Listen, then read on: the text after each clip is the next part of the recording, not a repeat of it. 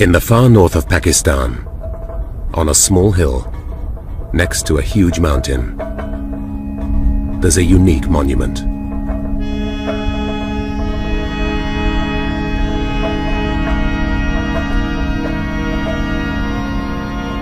It was erected in 1953 to commemorate a young American mountaineer, but since then many other names have been added to it.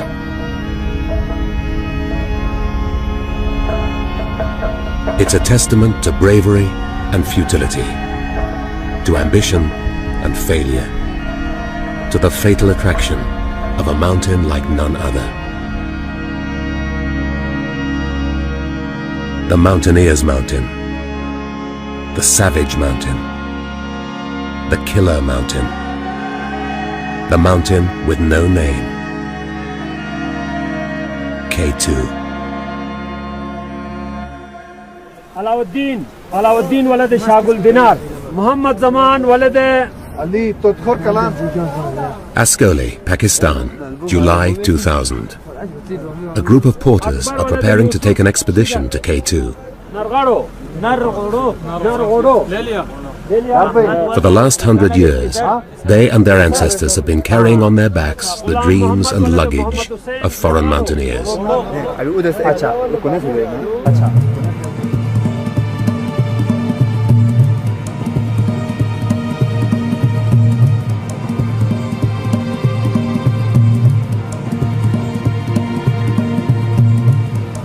Even today, K2 is incredibly difficult to reach. It's over 100 miles away from the nearest city, and the only way to get there is to make a long trek through the Karakoram Mountains, past some of the most spectacular and rugged terrain in the world.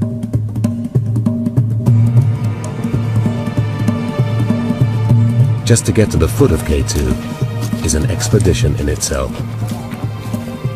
After 70 miles of walking up the Baltoro, you go around the corner, wham! Well, awesome is an overused word, but it is awesome. It was first measured by the British Survey of India. They christened it Karakoram 2, or K2 for short, and the name stuck. At 28,265 feet, it was the second highest mountain in the world, 800 feet shorter than Everest. It's the hardest and most dangerous. It's orders of magnitude more serious than Everest. So it's the prize. All the serious 8,000 meter mountaineers consider K2 the sternest challenge and the greatest prize. At the turn of the century, there were British and Italian expeditions to K2. But it wasn't until the 1930s that the first serious attempt was made on the mountain. It was led by the legendary climber Fritz Wiesner. Fritz was a good climber. He had this love for climbing that I've basically never seen in anyone else. Superb. He was unquestionably the greatest mountaineer in America. Too good. Fritz Wiesner was a German who had emigrated to America in the late 20s. He was daring and technically accomplished, and had astonished American mountaineers by climbing several peaks which had been thought impossible. We would go back when I was a kid to these cliffs. Sometimes he hadn't climbed for 15 or 20 years, and he knew all the handholds, and he'd yell down to you, and you were he was up above, and he'd say, "Where are you now?" And say, "Well, I'm just right here." And he'd say, "Oh, look about 2 feet above, and there's a handhold up there." And he had an uncanny memory for these climbs that he'd done, and each move that was important on the difficult parts of the climb. In the late 1930s, Wiesner secured permission to lead an American expedition to K2. But he wasn't able to go right away. So an advance party went out in 1938 to make a detailed reconnaissance of the mountain. We went out with the stated purpose from the Alpine Club of finding a route on K2. I don't think anybody expected us to climb it. I'm not sure whether we expected to climb it or not, but at any rate, our purpose was to find the route. These were some of the best young climbers in America, and this was a very successful trip. They came back reporting that they'd found a route up K2 and even managed to get close to the summit themselves. But none of them were willing or able to go back with Fritz Wiesner. I have high respect for Fritz. He was an excellent climber. He was not a good leader. Fritz was headstrong. He was dictatorial. He was sure he was right. He was a difficult man to be around. He was hard to climb with unless you accepted his lead, but he was a genius. He didn't invite me to go, and I wouldn't have gone anyway. If he did invite any of the rest of our expedition, they couldn't go, and none of them did go. So in March 1939, Wiesner set sail for K2 with an untried team.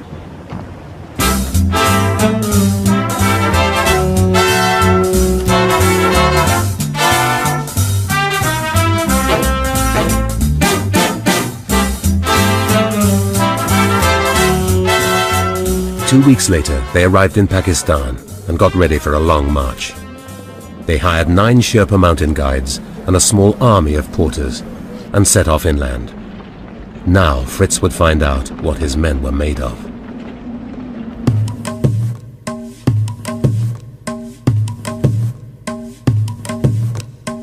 It was a long and arduous journey.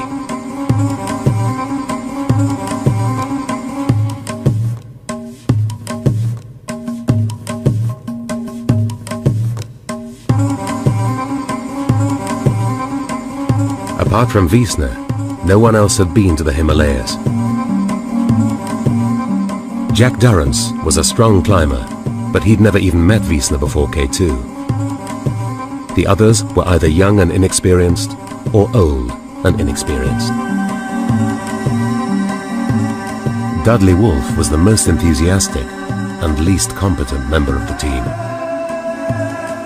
Dudley's greatest attraction was that he brought along a good checkbook.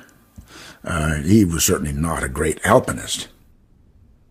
Dudley Wolfe was a rich playboy who was a romantic at heart. He'd raced boats, hunted big game, and even done a stint in the Foreign Legion. He went to K2 in the aftermath of an unhappy divorce. Things that occupied Dudley were sailing, shooting, and mountain climbing. When Dudley came to Vermont to see my father, in the months before he left for the trip, he told us that he was going on the trip.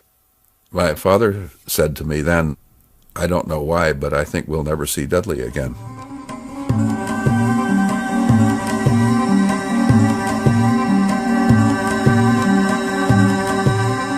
On May the 31st, they arrived at K2 base camp.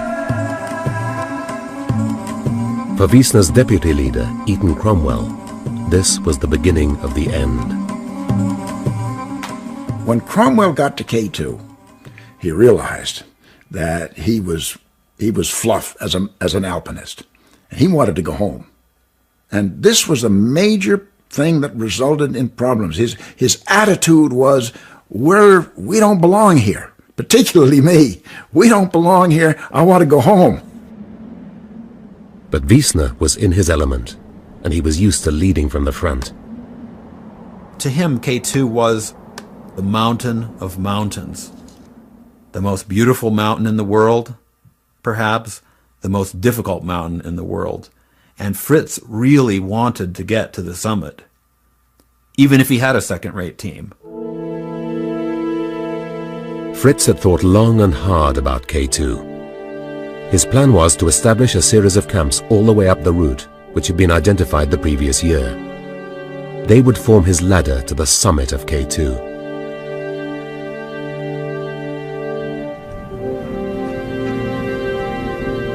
For a month, Wiesner cajoled, encouraged, and scolded his men up the mountain.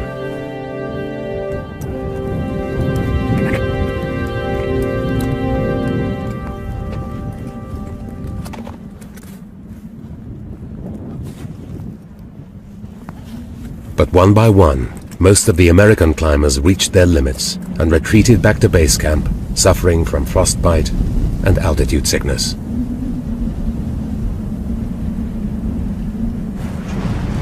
To everyone's amazement, apart from the Sherpas, Dudley Wolfe was the only man able to keep up with Fritz.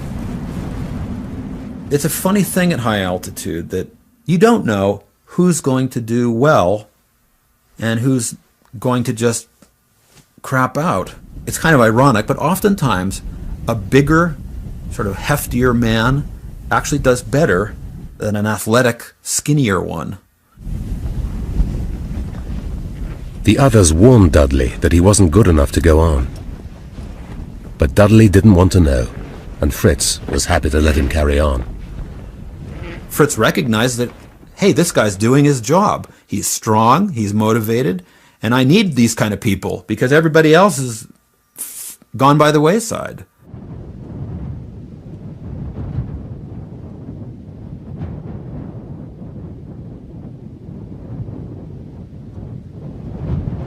After 6 weeks of climbing, Fritz, Dudley, and one Sherpa, Pasang Lama, reached their 8th camp and were poised to make an attempt on the summit itself.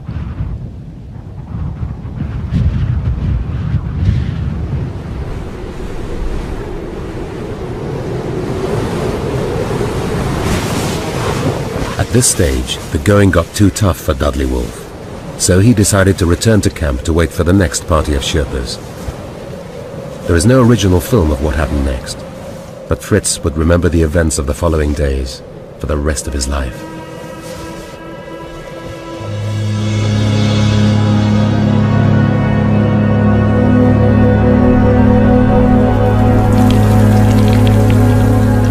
At 6 in the evening on the 18th of July 1939, Fritz and Pasang found themselves 800 feet from the summit.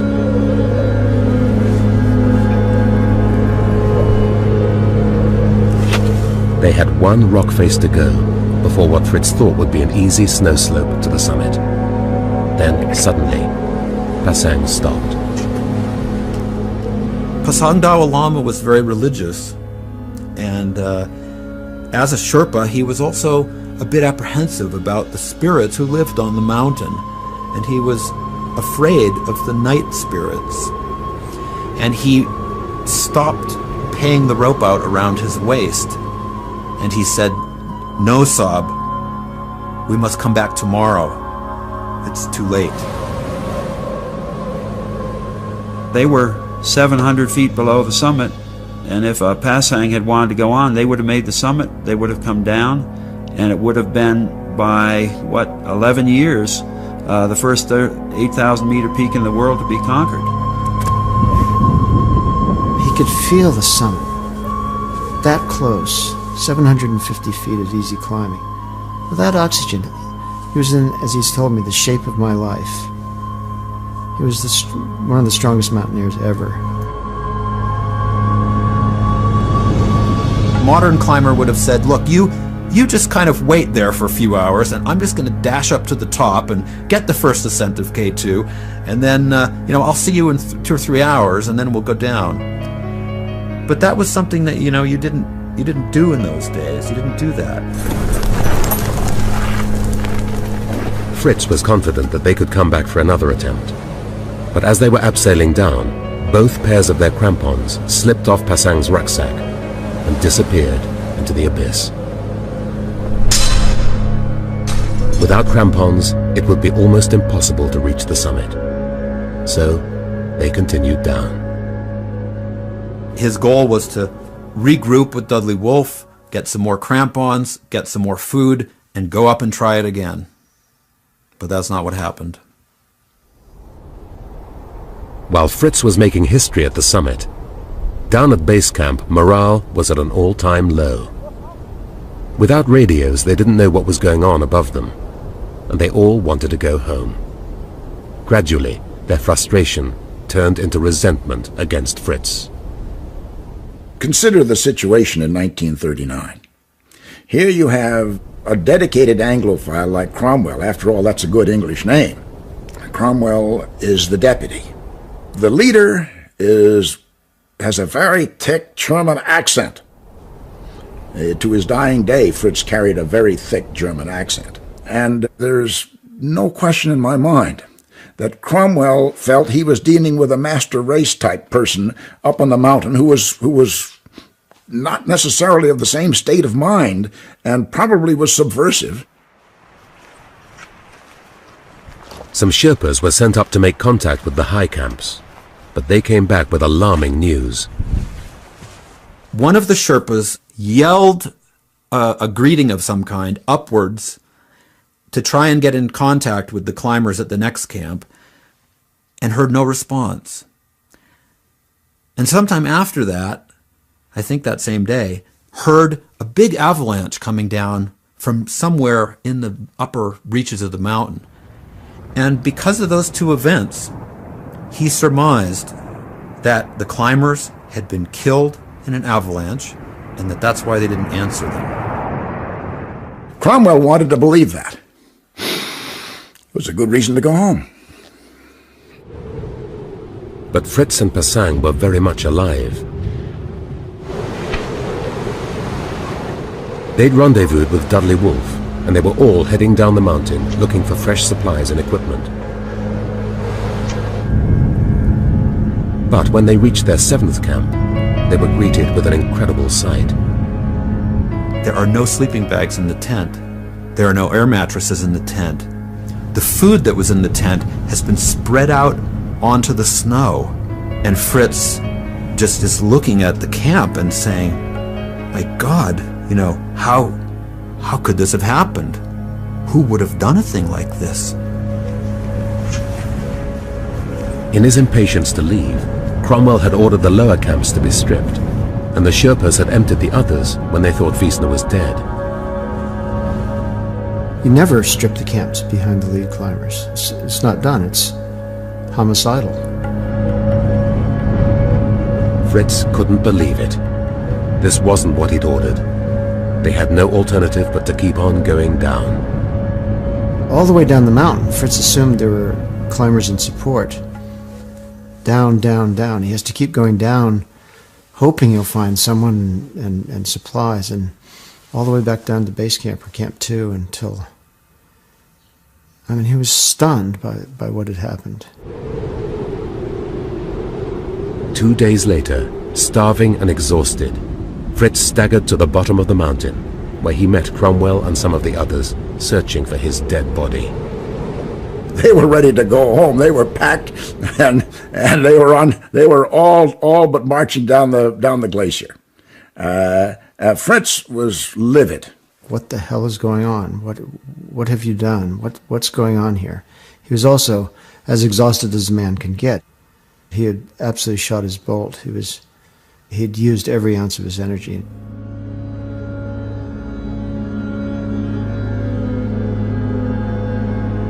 Fritz still talked about making another attempt, but everyone could see that he didn't stand a chance. And there was a problem. Fritz and Pasang Lama had come down the mountain without Dudley Wolfe. He'd insisted on staying put, thinking that Fritz would soon be back to make another attempt on the summit.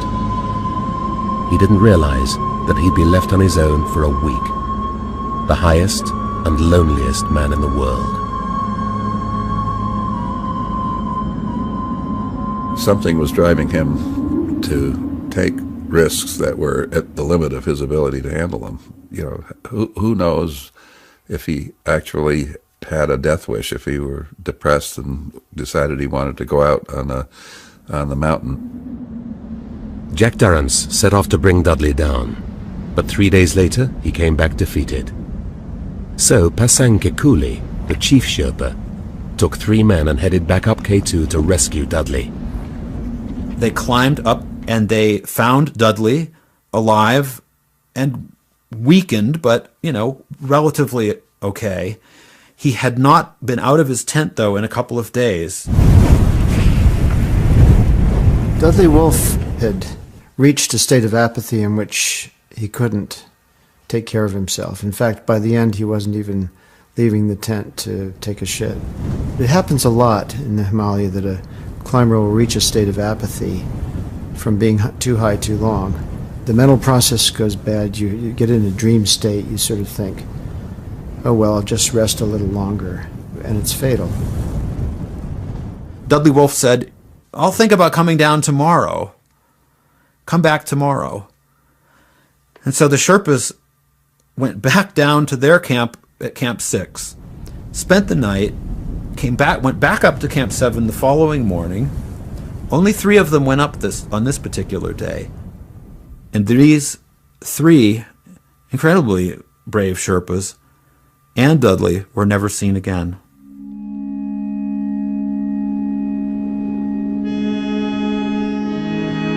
The 4th Sherpa returned to base camp terrified and distraught.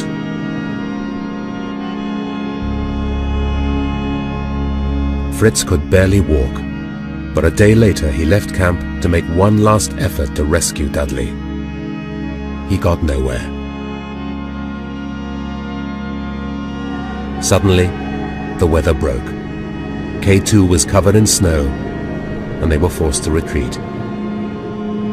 When they were walking away from the mountain, Fritz described this to me, of this awful feeling of seeing the clouds, just closing in on the mountain, and knowing that was the end of the story. The team, which had joked around on the way out, returned bitter and angry, and in 3 separate parties. Back in America, Eaton Cromwell accused Wiesner of murdering Dudley Wolfe. And Wolfe's brother Clifford began an investigation into the events surrounding Dudley's death. It came to nothing, but in the winter of 1940, no one had much sympathy for Fritz Wiesner, a controversial German climber. He never, ever got over it. I mean, you could see the veins in his head sort of standing out, and he'd be pounding his fist on the table in his office desk, just reliving how bad it was, how traumatic it was, 50 years later.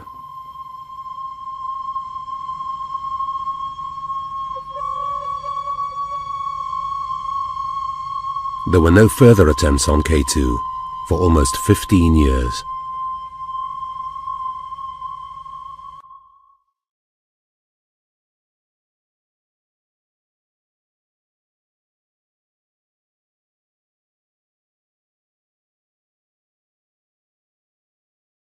During the Second World War, several of America's top climbers ended up in the military, some developing clothing and equipment for mountain warfare.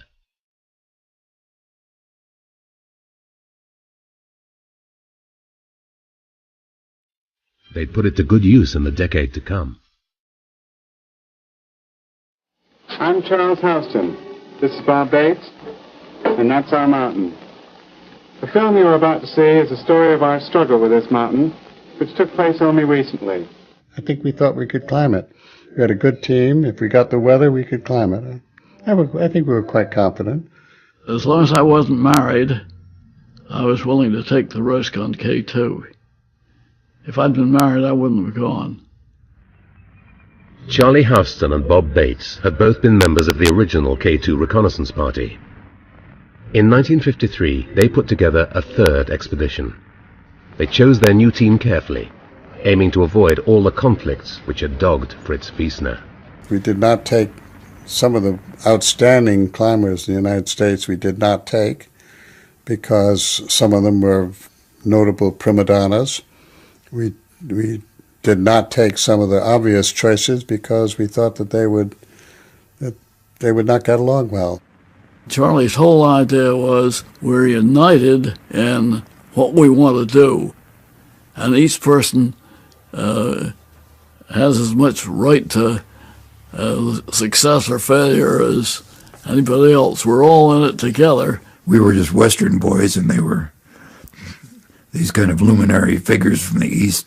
Charlie and Bob had the attitude that they wanted to be sure that anybody who was on the expedition would be someone that they'd be comfortable in spending a week with in a tent in a storm. In Pakistan, they were given an ecstatic reception. In the very same week, Everest was climbed, and hopes were high that K2 would be the next big mountain to fall.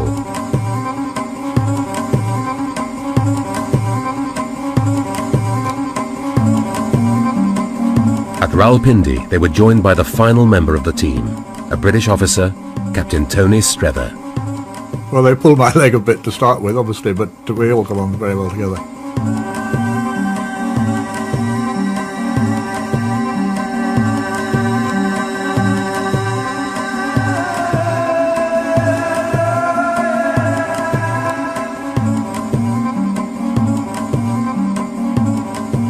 It took them 15 days to reach base camp. For me, it was magic. I think we were all immensely excited. It's so beautiful.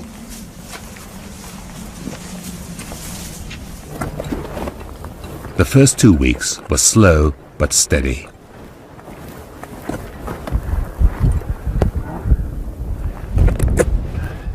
They climbed 4,000 feet up the mountain and set up their first 3 camps.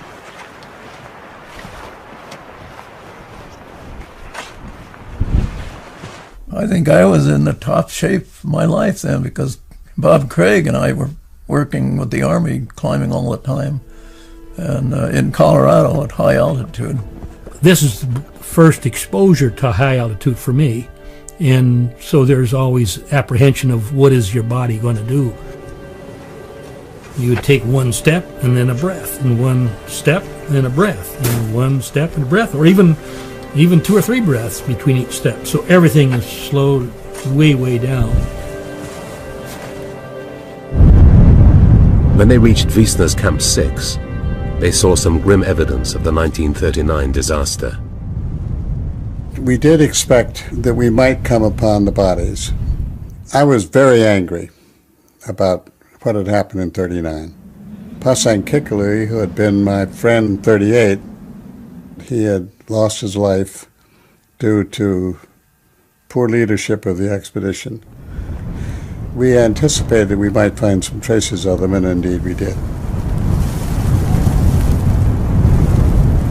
Pete Schoening and I came across the tent, and in it, very, very neatly placed were these 3 packs, was this can of tea, and everything all set for them to come down. And it was so neat, and it looked just as if it had been left the day before. And that hit me very hard.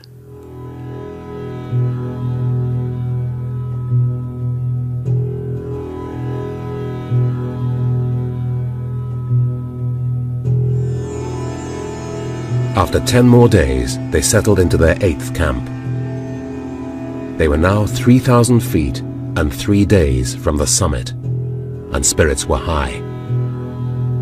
We anticipated that we might have a little storm, but then we'd go to the summit. And it was then that we had a ballot to see who should be the first team and who should be the second team. We had a silent vote on it, and Charlie Houston and I were the only ones with children, so we eliminated ourselves right away. You know, by that time I was realizing I probably shouldn't even be up here, worrying all the time. You can't go in these mountains and think about your family. We chose the teams and settled down, ready to go when the weather broke, but the weather didn't break. In the summer of 1953, the Karakoram Mountains were engulfed by a series of unusually bad storms. For days on end, Houston's team could do nothing but sit it out in their tents.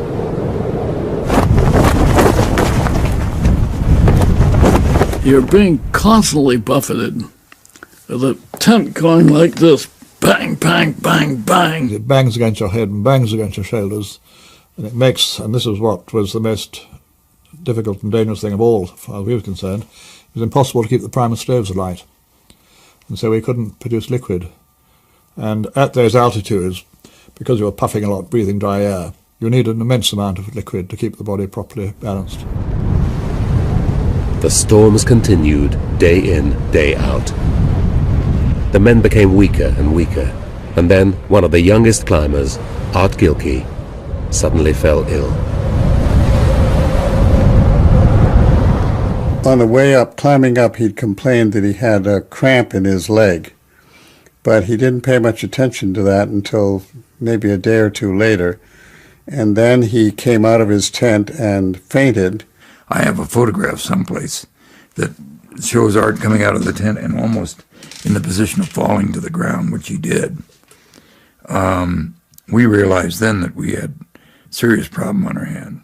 We knew that this is no place where anyone can get sick. It was clear that something was wrong with him, and I looked at his leg, and it's pretty easy to make a diagnosis of thrombophlebitis or blood clot in the leg. I'd never heard of it happening on a mountain. Of course, I'd seen it in my medical career, but I'd never heard of it happening on a mountain. But I knew that it was serious.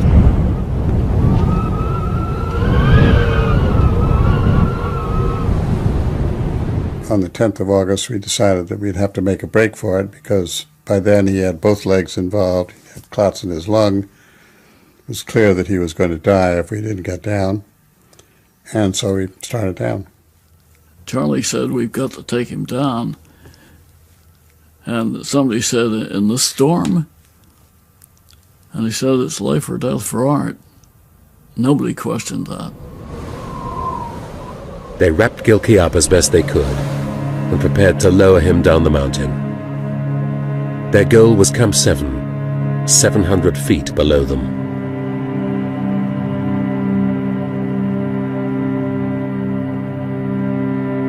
According to the textbook, it would be a straightforward mountain rescue. But 25,000 feet up on K2, it was a different matter. They put their cameras away and got ready to face the impossible.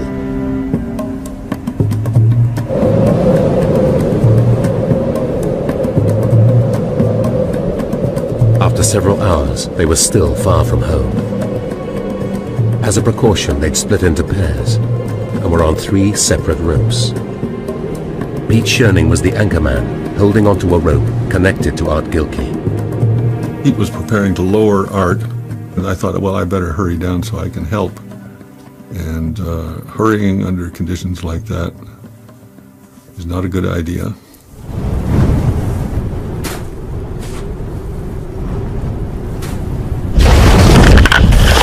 His rope slipped underneath Gilkey, but then it doubled around the 2 ropes across the slope. The weight came on the rope. I was just whisked off. I got my ice axe in just as hard as I could. And, of course, the next second I was flipped off. Within seconds, all the ropes had become entangled, and 5 climbers were flying down K2, held on by just one man above. I could see the rocks coming up at me, and I think my only thought was that, pretty soon I'll be knocked out, and that's it, if I had any thoughts. Head over heels, head over heels. No particular sensation. I said, well, we did our best, and this is it. The rope came up from below and around behind the ice axe and around my body, around my hips, and was held in my right hand. There is a rock preventing the ice axe from being pulled out from the mountain, and I'm leaning against the top of the ice axe. I do recall a movement, and I knew somebody had slipped. I do recall the rope thinning down. I do recall substantial force on both the hand and your body and the ice axe, and I do recall being very grateful that things slacked off in a fairly short period of time. In an amazing feat of strength and skill, Pete Schoening had held on to all the falling climbers and the injured Gilkey. I fell, everybody fell, and Peter held us. It was an absolutely extraordinary effort on his part. The wounded men struggled over to Camp 7 after securing Gilkey to the slope with 2 ice axes. An hour later, they came back to get him. We went back to see what we could do for Arthur Gilkey. But when we got back there was this extraordinary sight. We'd not been able to wear our goggles, our snow goggles, all the day because of the snow wind and so on. So we were probably all slightly snowblind, and so everything looked a bit misty. But Arthur wasn't there, and we couldn't believe this initially. And then Bob Bates belayed me, and I went over actually to the spot where he was, and it looked completely different. There was a sort of gully running down, and the snow was all soft and roundabout. An avalanche must have come down and taken him away. By then we knew that our lives were on the line, so to speak. We had to keep going, and even though, we just hoped that, I think, individually, we just hoped that he hadn't suffered. Well, I think to a large extent, insofar as we were capable of feeling anything, we felt a sense of relief that we wouldn't have to return, well, and with everybody injured or in bad shape, why the thought of continuing to try and lower him down the mountain would have been more hopeless than ever. That night, 7 men crammed themselves into 2 tiny tents high on the shoulder of K2. A few weeks earlier, they'd posed for the camera happy and confident. Now, they were lucky to be alive. Charlie Houston had a broken rib and severe concussion. I don't remember the accident at all. I remember getting to the place where we fell, and then I don't remember that. I remember vaguely the night that we were in the tent. It was a terrible night, although fortunately the storm had stopped. And then I remember the next day. In the grey light of dawn, they started down the mountain. Worse was to come.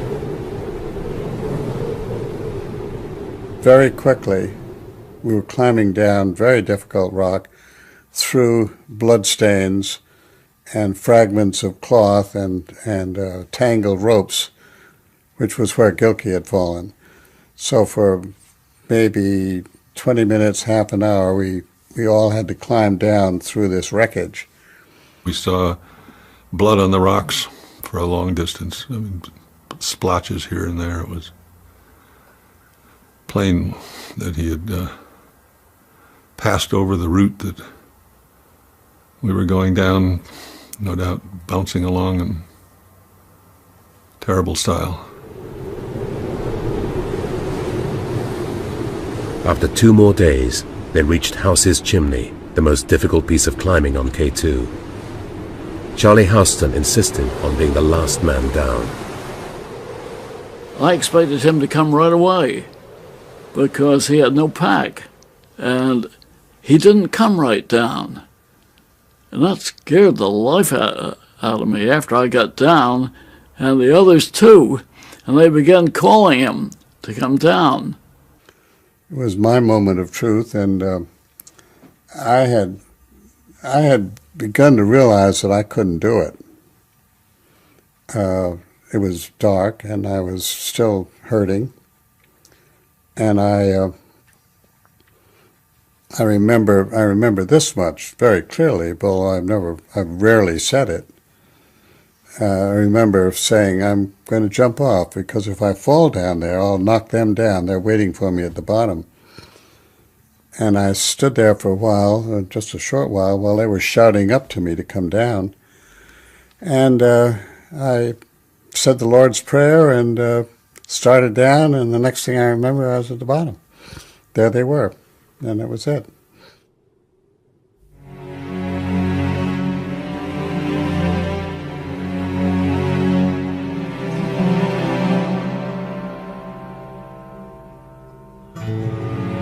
A day later, weary and wounded, they were reunited with their support team.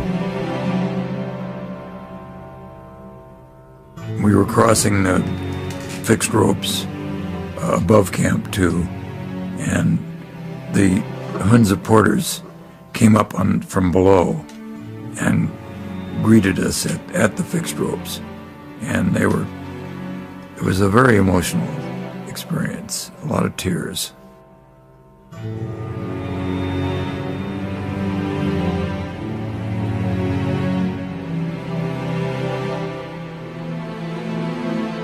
It was really an extraordinary meeting, and they gave us food and drink and put us to bed, and next day we went on down to base camp.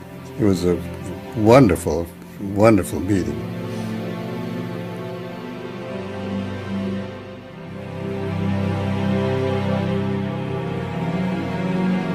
The porters built a memorial cairn on a rocky promontory above base camp, and what remained of Gilkey's possessions were placed on top.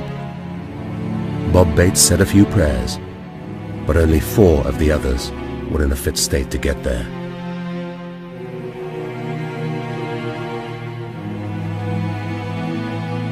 I don't really believe any of us thought that we could get him down. I don't know. I don't think anybody thought about what was going to be the outcome. I think we had made up our minds that we were going to try to get down no matter what, with him. But when I think back on what we had to go down, I don't think we had a chance.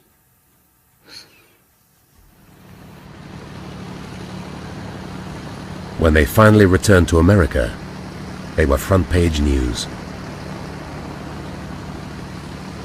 George Bell froze his feet and had to be carried out from the mountain.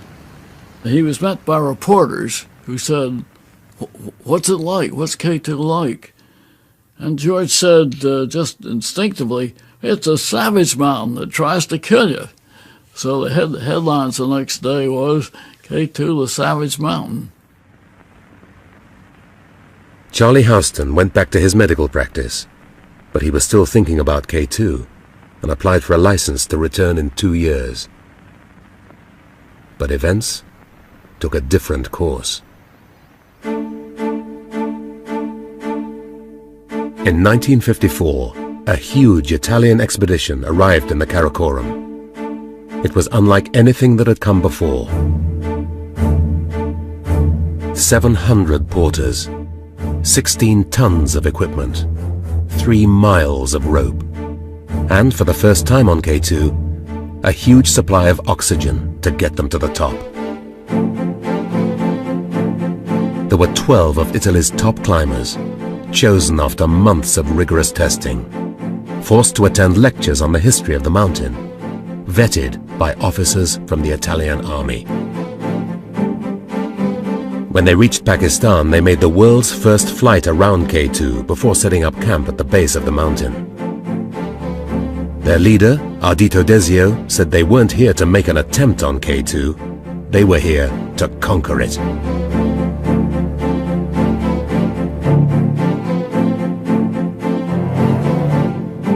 The climbers followed the same route as Houston and Wiesner, establishing camp after camp and forcing their way up the southeast ridge towards the summit. Lino Lacedelli and Achille Compagnoni made the final push up the mountain, and at 6 p.m. on the 31st of July 1954, they reached the long, narrow ridge of ice which forms the summit of K2.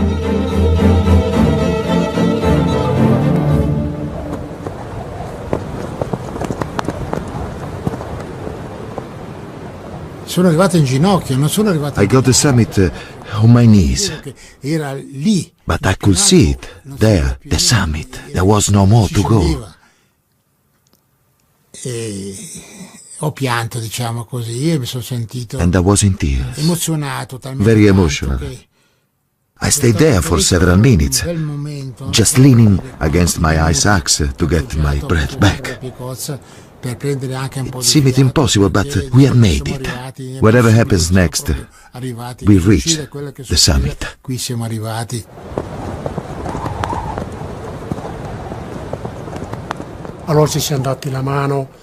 We shook hands, we looked around, saw Broad Peak and the other mountains, and we named them to check that we were thinking straight. Per sapere se si ragionava bene.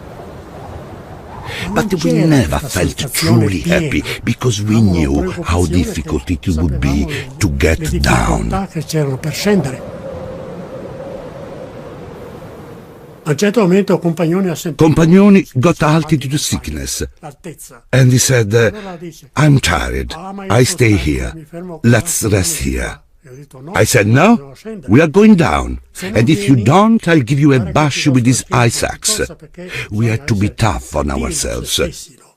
So he said, okay, put my gloves on, because neither of us could do it by ourselves. But the left came off and disappeared. So I said, here, have mine. And he said, all right then, let's go.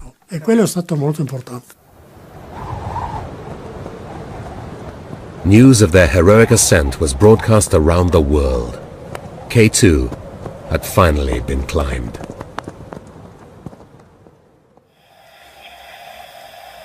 I guess, Charlie, you remember the next day rather vividly. Well, we came back to 6 that afternoon. Charlie Houston heard about the Italians barely a week before the anniversary of Art Gilkey's death. A year earlier, he'd been high on the mountain fighting for his life. Now, he suffered an episode of total global amnesia. He forgot about K2 and everything else. He forgot who he was, where he lived, what he did. He forgot everything. What happened was I found myself in a town 40 miles from where I lived, without any identification and not knowing where I was or who I was. And I wandered happily around, went to the hospital. They didn't give me the time of day, but a very sympathetic policeman arrived and looked me over, talked to me, and found that a label on my tie that I came from Exeter, New Hampshire. And he called the store and told them about me, and they said, oh yeah, that's Dr. Houston. So they sent over and brought me back, and it was a period of 24 hours of complete global amnesia. Charlie Houston recovered, but it was a turning point in his life. He went on to become a world expert in high-altitude medicine, but one of America's greatest mountaineers never climbed again. Finish. Been there, done that. That was it.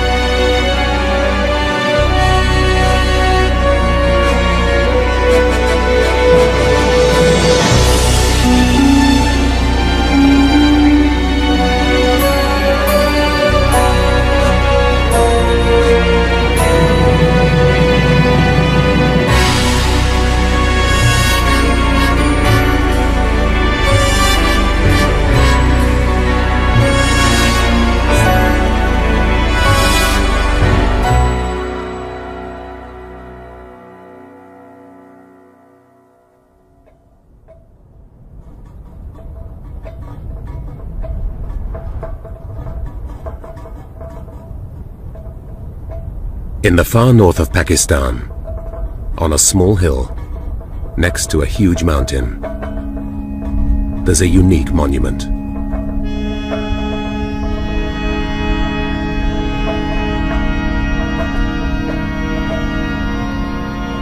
It was erected in 1953 to commemorate a young American mountaineer, but since then many other names have been added to it.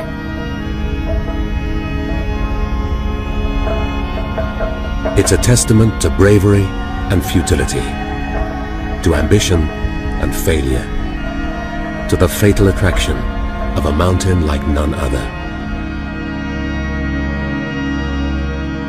The mountaineer's mountain, the savage mountain, the killer mountain, the mountain with no name. In the late 1930s, Wiesner secured permission to lead an American expedition to K2, but he wasn't able to go right away, so an advance party went out in 1938 to make a detailed reconnaissance of the mountain. We went out with the stated purpose from the Alpine Club of finding a route on K2. I don't think anybody expected us to climb it. I'm not sure whether we expected to climb it or not, but at any rate, our purpose was to find the route. These were some of the best young climbers in America, and this was a very successful trip. They came back reporting that they'd found a route up K2, and even managed to get close to the summit themselves. But none of them were willing or able to go back with Fritz Wiesner. I have high respect for Fritz. He was an excellent climber. He was not a good leader. Fritz was headstrong. He was dictatorial. He was sure he was right. He was a difficult man to be around. He was hard to climb with unless you accepted his lead, but he was a genius. He didn't invite me to go, and I wouldn't have gone anyway. He didn't. If he did invite any of the rest of our expedition, they couldn't go, and none of them did go. So in March 1939, Wiesner set sail for K2 with an untried team.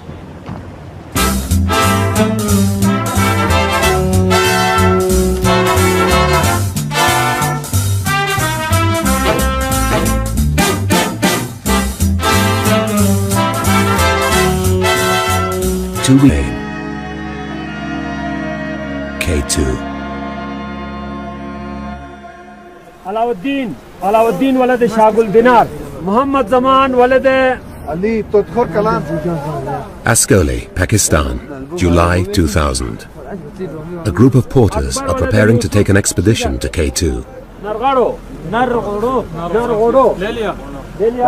For the last 100 years, they and their ancestors have been carrying on their backs the dreams and luggage of foreign mountaineers.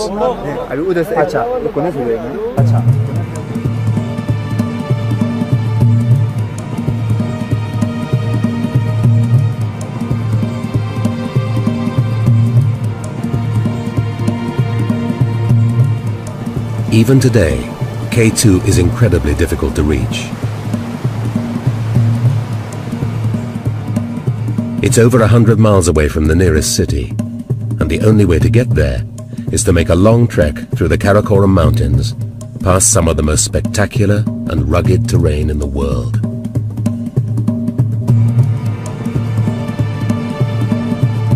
Just to get to the foot of K2 is an expedition in itself. After 70 miles of walking up the Baltoro, you go around the corner, wham! Well, awesome is an overused word, but it is awesome. It was first measured by the British Survey of India. They christened it Karakoram 2, or K2 for short, and the name stuck. At 28,265 feet, it was the second. Weeks later, they arrived in Pakistan and got ready for a long march. They hired 9 Sherpa mountain guides and a small army of porters, and set off inland. Now Fritz would find out what his men were made of.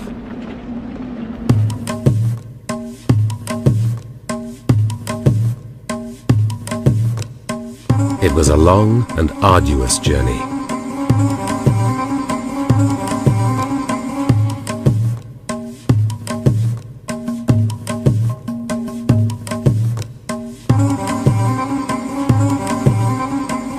Apart from Wiesner, no one else had been to the Himalayas.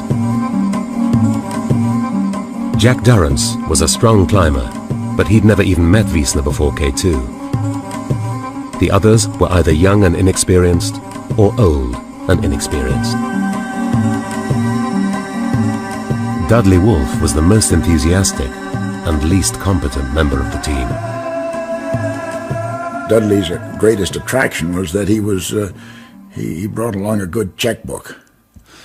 He was certainly not a great alpinist.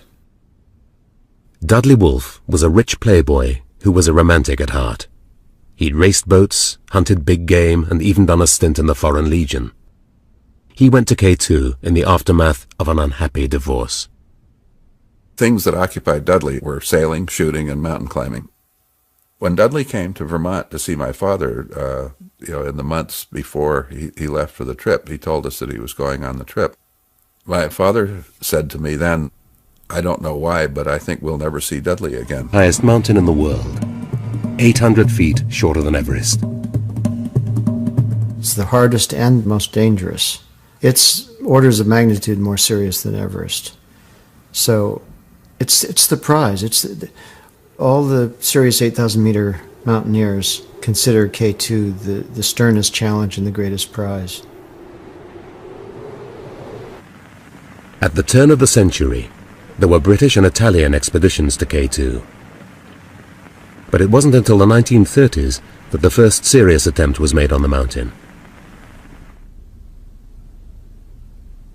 It was led by the legendary climber Fritz Wiesner. Fritz was a good climber. He had this love for climbing that I've basically never seen in anyone else. Superb. He was unquestionably the greatest mountaineer in America. Too good. Fritz Wiesner was a German who had emigrated to America in the late 20s. He was daring and technically accomplished, and had astonished American mountaineers by climbing several peaks which had been thought impossible. We would go back when I was a kid to these cliffs. Sometimes he hadn't climbed for 15 or 20 years, and he knew all the handholds. And he'd yell down to you, and he was up above, and he'd say, "Where are you now?" And say, "Well, I'm just right here." And he'd say, "Oh, look about 2 feet above, and there's a handhold up there." And he had an uncanny memory for these climbs that he'd done, and each move that was important on the difficult parts of the climb.